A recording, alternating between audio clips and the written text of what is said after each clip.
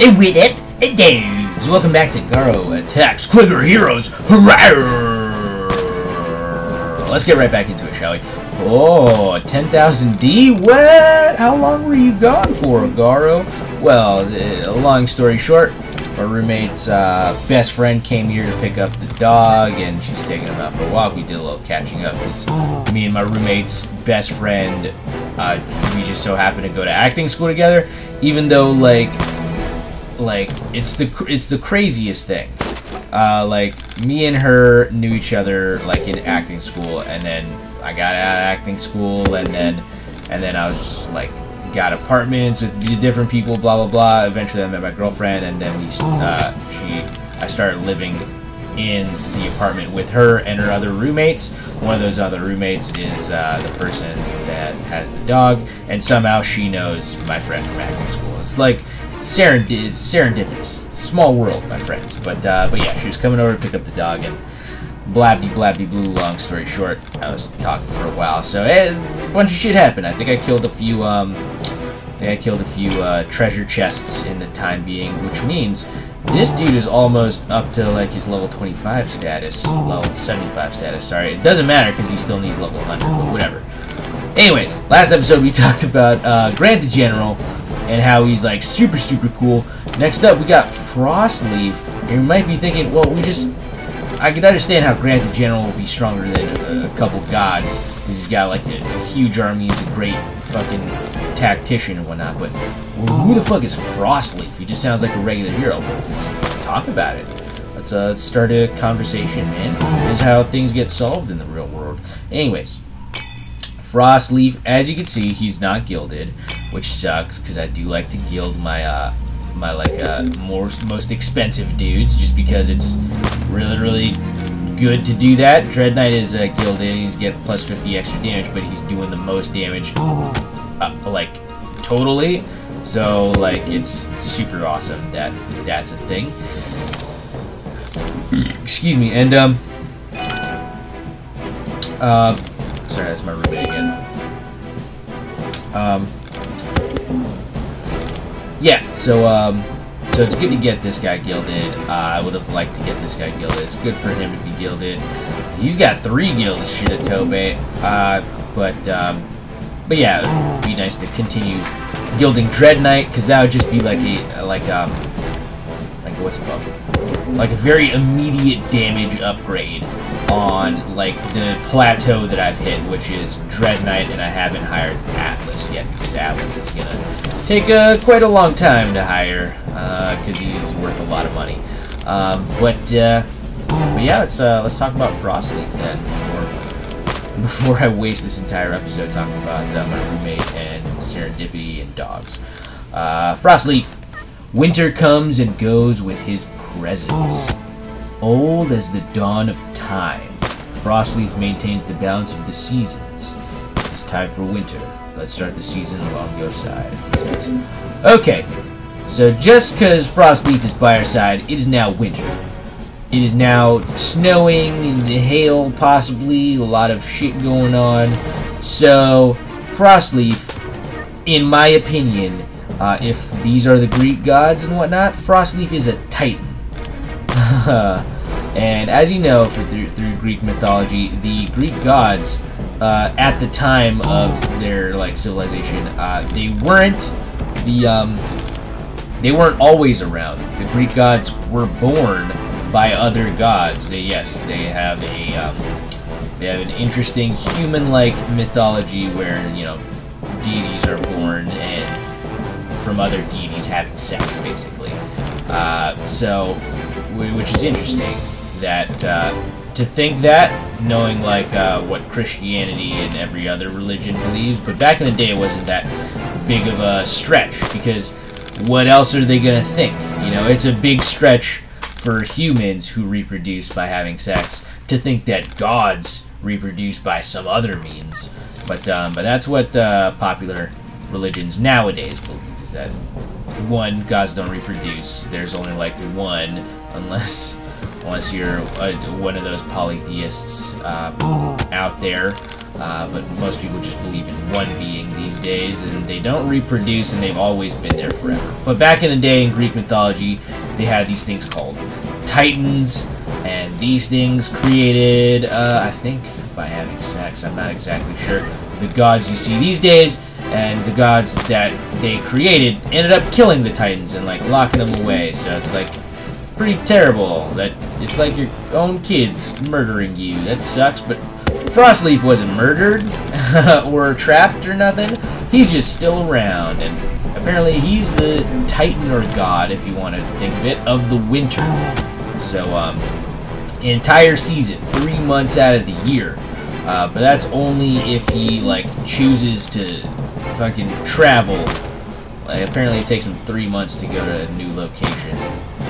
Yeah, it's I don't know. I don't know the science behind it, but yeah, Frostleaf always has iciness and winterness around him, which is great for Raferi Gerator and for Natalia Ice Princess and Bobby Bounty Hunter at the same time, because Bobby Bounty Hunter is in love with Natalia Ice Princess. But I'm not sure if it's so great with Broiling the Oven, because he's a fire mage. But then again, once again, all elemental stuff comes from the base element of love that I explained in the Aphrodite Goddess of Love episode.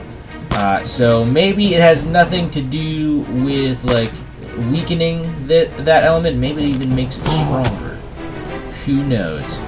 After all, we all know about frostbite, and frostbite is something that happens when you get too cold, your body just burns. It's weird, but cold can burn as well. So, you know, who knows? Maybe it's synergistic with that, regardless of being opposites in most people's minds. Anyway, let's read about his some of these upgrades that we already purchased for him, but that he already has. But let's go through them as if we haven't purchased them yet. So there you go. Ice Age. So this doubles his power, which is insane because he's already super powerful. And what it does is it decreases the temperature of the entire planet by 15 degrees. What? That's crazy. So yeah, it plunges the entire planet into an ice age.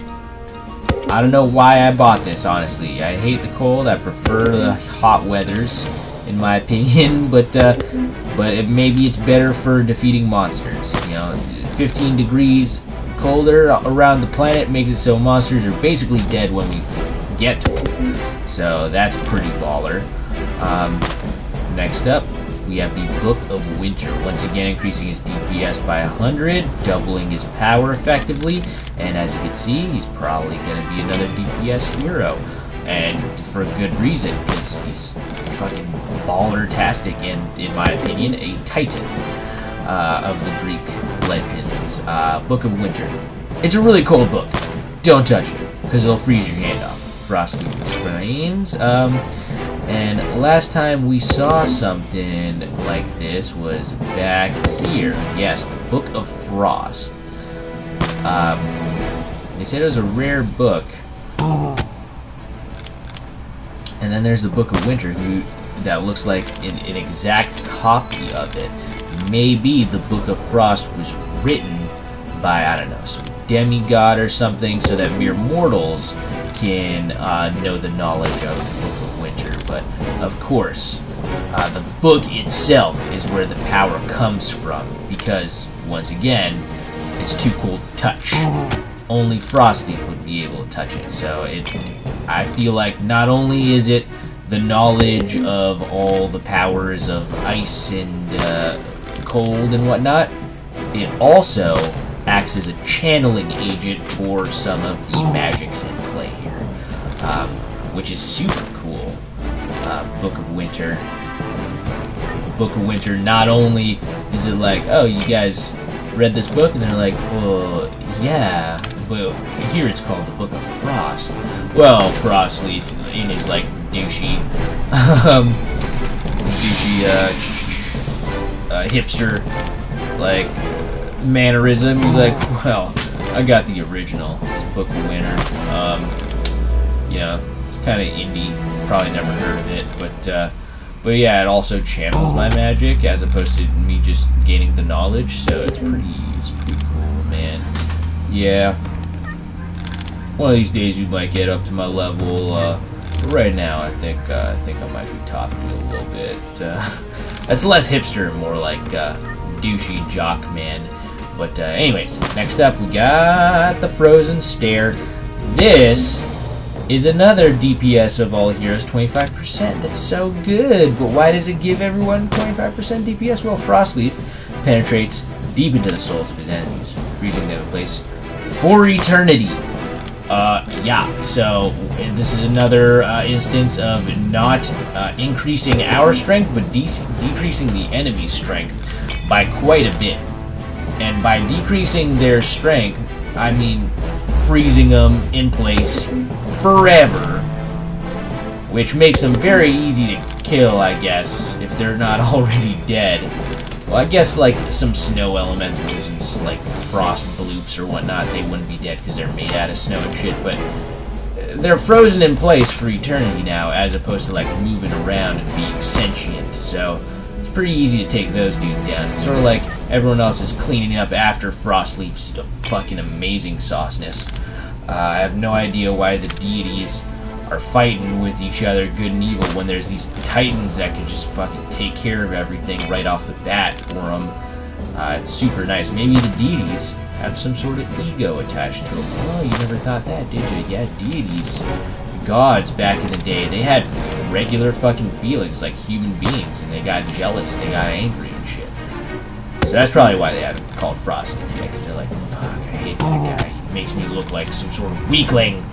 We should have killed them all a long time ago instead of letting them live. That's probably what Abaddon is saying. Or maybe even, like, Maju, honestly.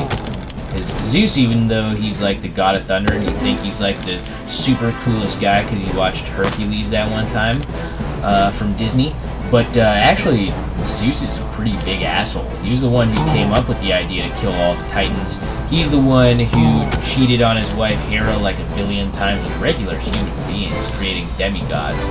And that's how Hercules was created, actually. That's why Hera in the regular legends hates Hercules, because she's like, well, you know, this is the fucking offspring of love child, blah blah blah, my husband cheating on me, so I'm gonna kill him.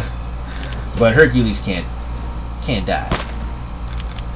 He's too good. Anyways, we're not talking about Hercules, we're talking about Frostleaf here. So that's what Frozen Stare is. Wow, look at that fucking tangent I went on. How long was that? Like 3-minute tangent? Oh, that's great.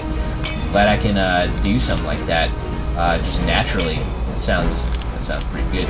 Anyways, last but not least, we got Frigid Enchant, and once again, I was wrong.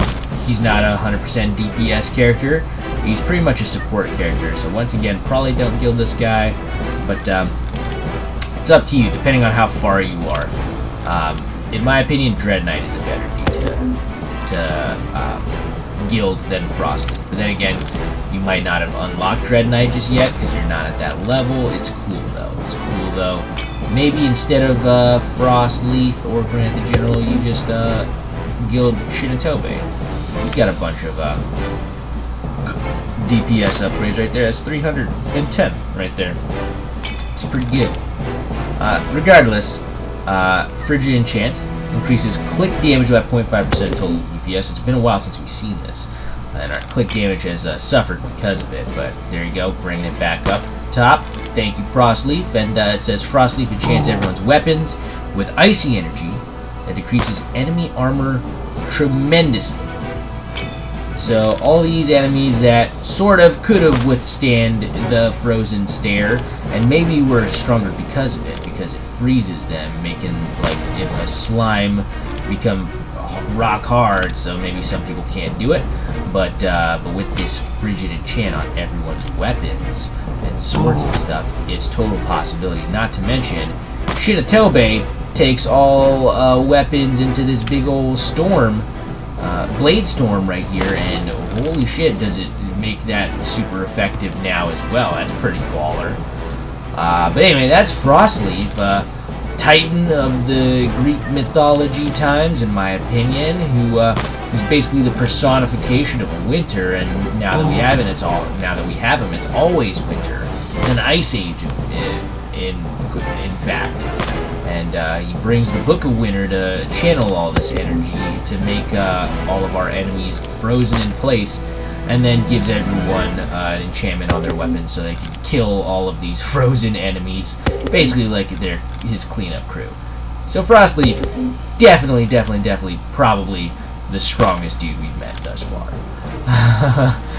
Anyway, thank you guys for watching the series. Next time we're going to be talking about Dread Knight, because look at that, we've unlocked him completely. So we'll talk about him, and then we'll be done with the heroes for now until Atlas comes by and we upgrade him fully, and then we'll probably talk about a little bit of the agents, and then we'll just play the game. How's about that for an idea?